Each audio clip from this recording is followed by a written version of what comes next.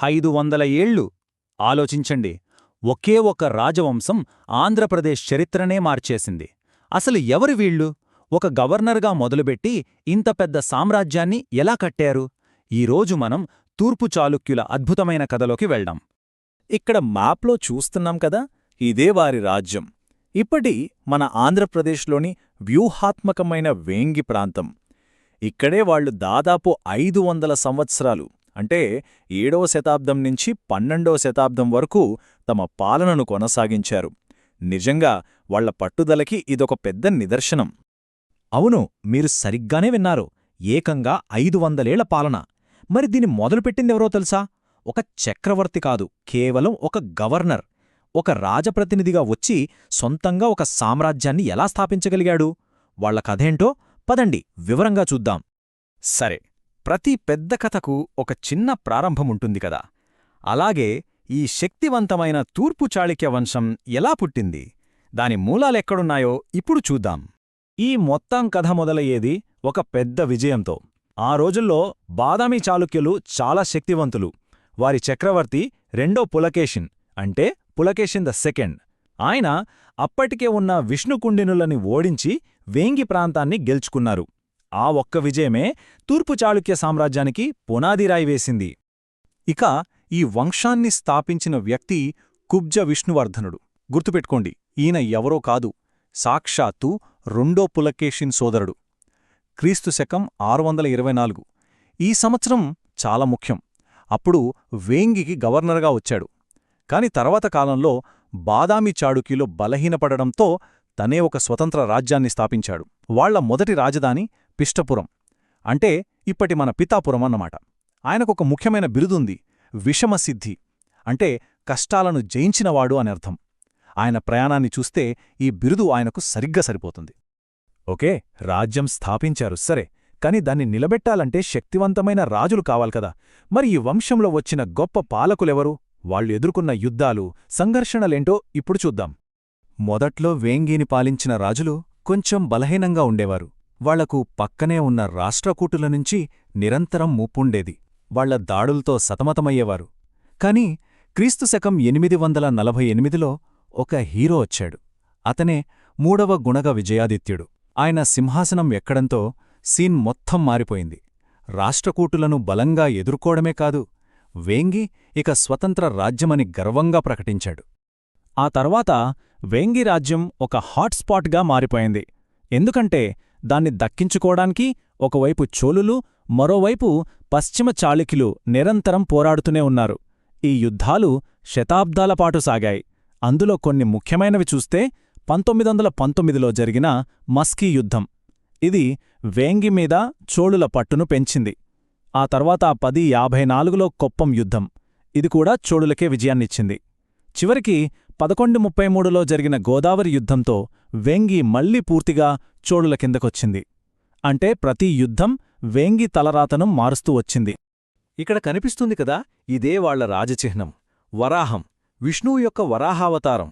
ఈ గుర్తు వాళ్ల నాణేల మీద, శాసనాల మీద, ఇలాంటి రాగి పలకాల మీద స్పష్టంగా కనిపిస్తుంది. ఇది కేవలం ఒక సింబల్ కాదు, వాళ్ల శక్తికి, విష్ణువు మీద వాళ్లకున్న భక్తికి ఒక ప్రతీక. సరే, ఇప్పటిదాకా యుద్ధాలు, రాజుల గురించి చూశాం. ఇప్పుడు కాస్త వాళ్ల పరిపాలన ఎలా ఉండేది, వాళ్ల సమాజం ఎలా ఉండేది అనే విషయాల్లోకెళ్దాం. వాళ్ల పరిపాలనకు ఆధారం హిందూ ధర్మశాస్త్రాలు. ముఖ్యంగా వాళ్లు ఫాలో అయిన ఒక సిద్ధాంతముంది, అదే సప్తాంగా. కాంపిటేటివ్ ఎగ్జామ్స్కిది చాలా ఇంపార్టెంట్. సప్త అంగ అంటే 7 అంగాలు. ఈ థియరీ ప్రకారం ఒక రాజ్యం బలంగా ఉండాలంటే 7 అంశాలు కీలకం. అవేంటంటే రాజు, మంత్రి, రాజ్యం, కోట, ఖజానా, సైన్యం మరియు స్నేహితులు. వాళ్ల పాలన ఇంత పటిష్టంగా ఉండటానికి ఇదే కారణం. వాళ్ళ అడ్మినిస్ట్రేషన్ ఎంత ఆర్గనైజ్డ్గా ఉండేదంటే వాళ్లకు అష్టాదశ తీర్థాలు అని పిలిచే 18 ప్రభుత్వ విభాగాలుండేవట. ఇక్కడ టేబుల్లో కొన్ని ముఖ్యమైనవి చూడొచ్చు: మంత్రి, పురోహితుడు, సేనాపతి, ఇలా. ఈ వ్యవస్థ చూస్తేనే అర్థమవుతోంది వాళ్ల గవర్నెన్స్ ఎంత పక్కాగా ఉండేదో. ఇక ఆర్థిక వ్యవస్థ విషయానికొస్తే వాళ్ల రాజ్యంలో దేవాలయాలు చాలా కీలకం. టెంపుల్స్కి చాలా భూములుండేవి. ఆ భూముల నుంచి 2 రకాల పన్నులు వసూల్చేసేవాళ్లు.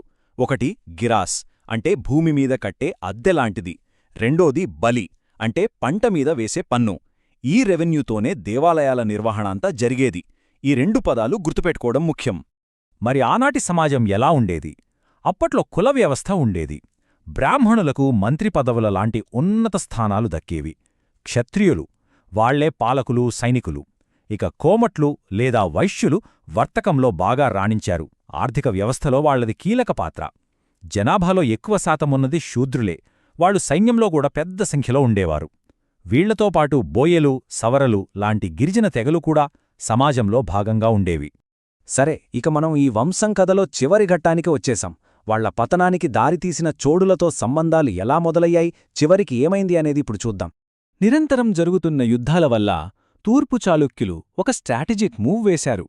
అదేంటంటే పక్కనే ఉన్న శక్తివంతమైన చోళులతో పెళ్లి సంబంధాలు కలుపుకోవడం. ఈ వైవాహిక బంధాలే వాళ్ల భవిష్యత్తును పూర్తిగా మార్చేశాయి. వాళ్ల తలరాతను చోళులతో ముడిపెట్టాయి. ఇక్కడ మనం గుర్తుపెట్టుకోవాల్సిన సంవత్సరం క్రీస్తు శకం 1122. ఈ ఏడాదే రాజరాజ నరేంద్రుడు సింహాసనమెక్కాడు. ఇతని పాలనలోనే ఈ 2 గొప్ప రాజవంశాల కలయికకు చివరి అడుగు పడింది. అసలు ఈ విలీనం ఎలా జరిగిందో స్టెప్ బై స్టెప్ చూద్దాం. ఫస్ట్ స్టెప్, తూర్పు చాళుక్యరాజు విమలాదిత్యుడు చోళ యువరాణి కుందవైని పెళ్లి చేసుకున్నాడు. వాళ్లకు పుట్టిన అబ్బాయే రాజరాజ నరేంద్రుడు. ఇది సెకండ్ స్టెప్. అతను కూడా తన కజిన్ చోళ యువరాణి అమ్మంగదేవిని పెళ్లి చేసుకున్నాడు. ఇక ఫైనల్ స్టెప్, వీళ్ళిద్దరికీ పుట్టిన కుమారుడు కులోత్తుంగ చోళుడు ఏకంగా చోళ సింహాసనాన్నే అధిష్ఠించాడు. అంతే, ఆ క్షణం నుంచి వేంగి రాజ్యమనే స్వతంత్ర అస్తిత్వం పోయి అది చోళ సామ్రాజ్యంలో అధికారికంగా కలిసిపోయింది. రాజ్యం అంతమైపోయింది సరే, కాని తూర్పు చాళుక్యులో ఈ నేలమీద వాళ్లు మిగిల్చి వెళ్లిన వారసత్వమేంటి? వాళ్ల ప్రభావం ఎలా మిగిలిపోయింది? వాళ్ల లెగసీని మనం 3 ముఖ్యమైన పాయింట్లుగా చెప్పుకోవచ్చు. మొదటిది, వాళ్ల 500 ఏళ్లకు పైబడిన సుదీర్ఘ పాలన. ఇది మామూలు విషయం కాదు. రెండోది, అప్పటిదాకా వేరువేరుగా ఉన్న వెంగి ప్రాంతాన్ని ఒకే గుడుగు కిందకి తెచ్చి దానికొక రాజకీయ, సాంస్కృతిక గుర్తింపునిచ్చారు. ఇక మూడోది, అన్నింటికన్నా ముఖ్యమైనది, వాళ్లు తెలుగు భాషకు చేసిన సేవ.